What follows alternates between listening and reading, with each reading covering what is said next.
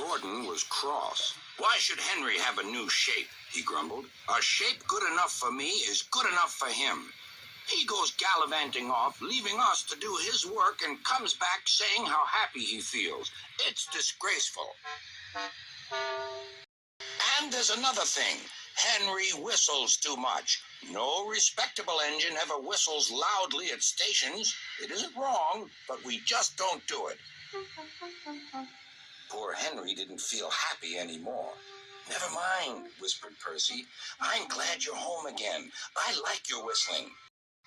"Goodbye, Henry," called Gordon. "We're glad to have you with us again, but remember what I said."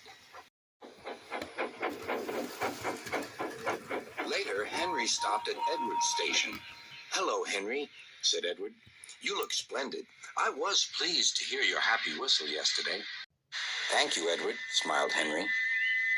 "Shh! Can you hear something?" "It sounds like Gordon," said Edward, "and it ought to be Gordon. But Gordon never whistled like that." It was Gordon. He came rushing down the hill at a tremendous rate. He didn't look at Henry, and he didn't look at Edward. He screamed straight through the station and disappeared. "Well," said Edward. "It isn't wrong," chuckled Henry, "but we just don't do it." Told Edward what Gordon had said.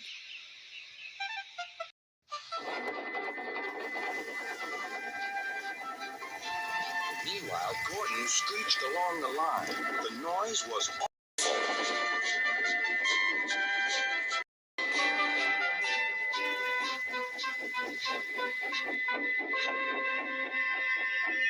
At the station, everyone covered their ears. Sir Topham Hatt covered his ears, too. "Take him away," he bellowed, "and stop that noise." Gordon puffed sadly away, but he wouldn't stop whistling until two fidders climbed up and knocked his whistle valve in place.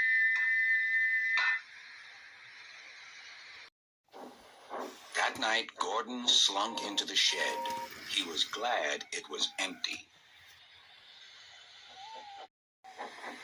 "It isn't wrong," murmured Henry to no one in particular, "but we just don't do it." No one mentioned whistles. Next morning, Henry was enjoying himself enormously. "I feel so well. I feel so well," he sang. "Trickety-trock, trickety-trock," hummed his coaches. Then he saw some boys on a bridge. "Beep, beep. Hello," he whistled. "Oh," he called. The boys didn't wave and take his number. They thought it fun to drop stones on him instead. "They've broken our glass! They've broken our glass!" cried the coaches. The passengers weren't hurt, but they were cross. "Call the police." "No," said the driver. "Leave it to Henry and me." "What will you do?" they asked. "Can you keep a secret?" Yes. "Well then," said the driver, "Henry is going to sneeze at those boys."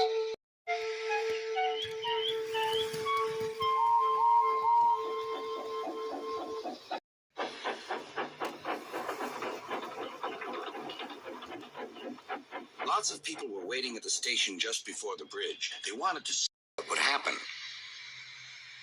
"Henry has plenty of ashes," said the driver. "Please keep all windows shut till we've passed the bridge.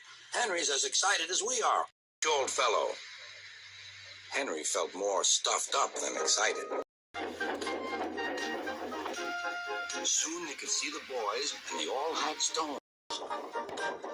"Are you ready, Henry?" said the driver. "Sneeze hard when I tell you." "Now," he said. "Achoo!"